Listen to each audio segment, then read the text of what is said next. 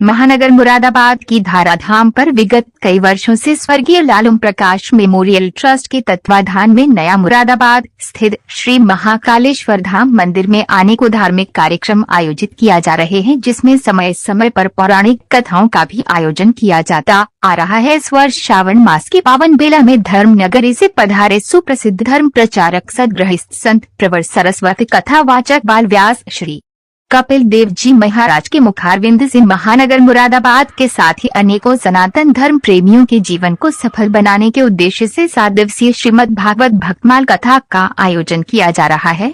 आज सर्वप्रथम कथा के प्रथम दिवस कथा आयोजक लालू प्रकाश मेमोरियल ट्रस्ट परिवार के सदस्यों के साथ ही महानगर मुरादाबाद के गणमान्य व्यक्तियों द्वारा व्यास गद्दी पीठ की पूजा अर्चना करने के साथ ही श्रीमद् भागवत कथा पुराण और कथा व्यास जी महाराज की पूजा अर्चना के साथ विश्व में शांति के लिए प्रार्थना के साथ की गई। कथा के आरंभ में महाराज श्री ने प्रिया प्रीतम की वंदना जय राधे राधे श्री राधे के तट पास 7 भगवान के प्रथम श्लोक का उच्चारण कर श्रीमद् भागवत कथा का प्रारंभ किया। इस पावन एवं पुनीत अवसर पर कथा व्यास जी बताए कि श्लोक में मानव जीवन प्राप्त करने के बाद श्रीमद् भागवत कथा श्रवण बना दुर्लभ है, क्योंकि हमारे करोड़ों पुण्य के बाद ही हमें भागवत कथा सुनने का मौका मिलता है। क्योंकि जो हमें चिंतामणि नहीं दे सकती, कल्पव्रत नहीं दे सकता, वे हमें गुरुवार की कृपा दे सकती है। क्योंकि गुरुवार का एक वाक्य हमें सर्व सुख प्राप्त कर सकता है, लेकिन वह मांगने से नहीं मिलता। महाराज श्री ने एक उदाहरण देते हुए बताया कि शेरनी का दूध या तो उसका बच्चा पीकर बचा सकता है, या फिर कोई सोने के पत्र में आप उसे दूध को रखें तो वह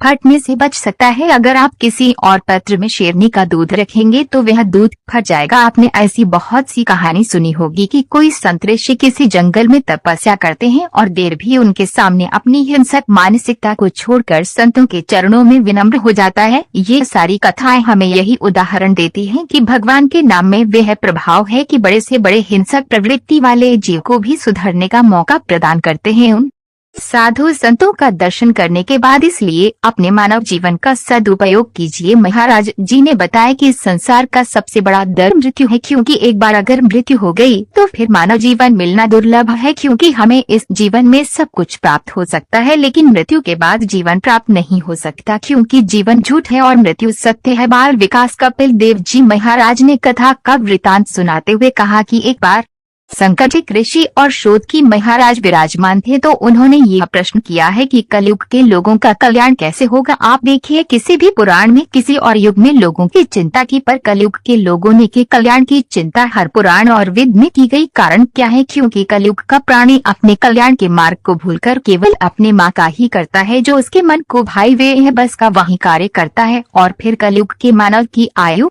कम है और शास्त्र ज्यादा है, तो फिर एक कल्याण का मार्ग बताया भागवत कथा। श्रीमद् भागवत कथा सुनने मात्र से ही जीव का कल्याण हो जाता है। महाराज श्री ने कहा कि व्यास जी ने जब इस भगवत प्राप्ति का ग्रंथ लिखा तब भागवत नाम दिया गया, बाद में इसे श्रीमद् भागवत नाम दिया गया। इस श्रीमद् सद्गुरु के पीछे एक बड़ा मर्म छुपा हुआ है। श्री यानी जब धन का अहंकार हो जाए तो भगवान सुन लो अहंकार हो जाएगा। व्यक्ति इस संसार से केवल अपना कर्म लेकर जाता है, इसलिए अच्छे कर्म करो। भाग्य भक्ति वैराग्य और मुक्ति पाने के लिए भगवान की कथा सुनो। केवल सुनो ही नहीं बल्कि भगवान की मानेगी। सच्चा हिंदू वही है जो कृष्ण की सुनी और उसकी मन गीता की सुनो और उसको मानो भी। माँ बाप गुरुवार के सुनो तो उनकी मानो थी, तो आप एक कम श्रेष्ठ होंगे। जब कर्म श्रेष्ठ होंगे तो आपको संसार की कोई भी वस्तु कभी दुखी नहीं कर पाएगी। और जब आपको संसार की किसी बात का फल पड़ना बंद हो जाएगा तो निश्चित ही आप वैराग्य की ओर अवसर हो जाएंगे और तब ईश्वर को पाना सरल हो जाएगा। इस अवसर पर उम संत परिवार के समस्त सदस्यों के साथ ही महेश चंद्र अग्रवाल, प्रिया अग्रवाल, अनु अग्रवाल, बाबू राम सक्सेना, मोहन शर्मा आदि सहित बड़ी संख्या में श्रद्धालुओं ने उपस्थित रहकर कथा का आनंद लेते हुए अपना जीवन सफल बनाया।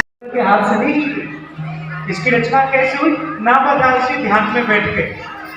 अब ध्यान में बैठ गए। अब ध्यान में एक एक संत आ रहे। तुलसीदास जी आए, तुलसीदास जी अपना बताएं। ऐसे करके एक एक संत आ रहे हैं। नामादास जी लिखते जा रहे हैं। अब सब महाराज दुनिया के सारे संत भक्त आ गए, लेकिन ब्रज वृंदावन का कोई भक्त कोई संत उनके ध्यान में आए।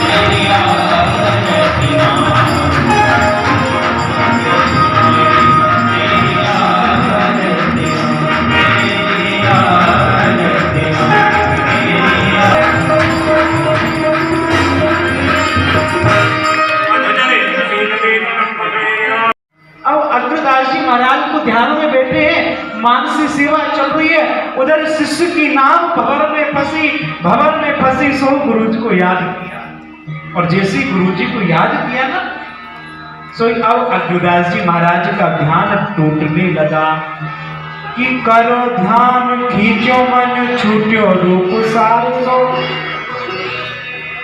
मानसी सेवा में लगे थे तो मन थोड़ा डगमगा गया। अब जैसी मन डगमगाया ना अग्रदास जी का, अग्रदेवाचार्य जी का, सोई नाभादास जी महाराज समझ गए। नाभादास जी समझ गए गुरु जी की ध्यान में व्यवधान पड़ रहा है। सो महाराज नाभादास जी इतने परम भक्त, इतने दिव्य संत और इतने गुरु भक्त कि महाराज वो अपने गुरु की मानसिक सेवा में प्रवेश कर गए। गुरु जी मन में क्या कर रहे हैं ये नाभादास जी सब देख रहे हैं कि अच्छा गुरु जी मन में अब राम जी को झूला झुला रहे हैं, अब राम जी खेल रहे हैं, अब राम जी सब नाभादास जी देख रहे हैं। लेकिन इतने में नाभादास जी ने देखा एक शिष्य की नाव भंवर में फंस गई है। शिष्य गुरुदेव को याद कर रहा है और गुरुदेव को मानसी सेवा में उस शिष्य के पुकारने से व्यवधान पड़ रहा है। सो पंखा तो डुला ही रहे थे, एकदम ऐसे करके जोर से पंखा चलाया गुरुदेव के ऊपर, ऐसे जोर से पंखा चलाया, पंखा इधर चला और नाव भंवर से निकल कर के उधर किनारे लग गई। पंखा नाभादास जी गुरु जी के ऊपर डुला रहे हैं, नाव समुद्र में फंसी है भंवर में। और लेकिन जैसे ही एक झोंका मारा नावादास जी ने कि वो भंवर में फंसी नाव भंवर से निकलकर किनारे पहुंच गई।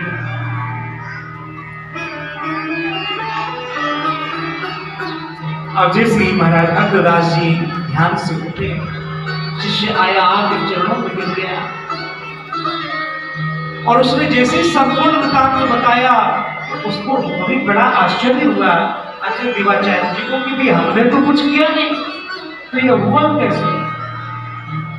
तो नावादास जी बोल पड़े, गुरु जी कहते ना, तो जब आप राम जी को क्रीड़ा करा रहे थे, खिला रहे थे, तो उसी समय इन्होंने आपको याद किया, आपकी सेवा में योगदान पड़ा, तो हमने सोचा आपका ध्यान नहीं टूटना चाहिए, तो हमने आपका नाम लेके जोर से पंखा चलाया, तो ही राम जी ने इनकी नौका को पार लगा दिया।